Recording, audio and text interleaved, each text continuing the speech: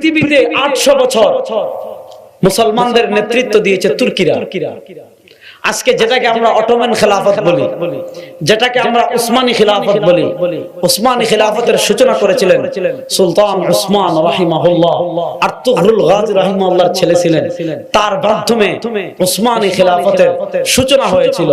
1924 সাল পর্যন্ত, আজ থেকে 100 বছর পর্যন্ত ওই যে সুলতান উসমান অটোমান সাম্রাজ্য উসমানী খেলাফত প্রতিষ্ঠা করে গিয়েছিলেন।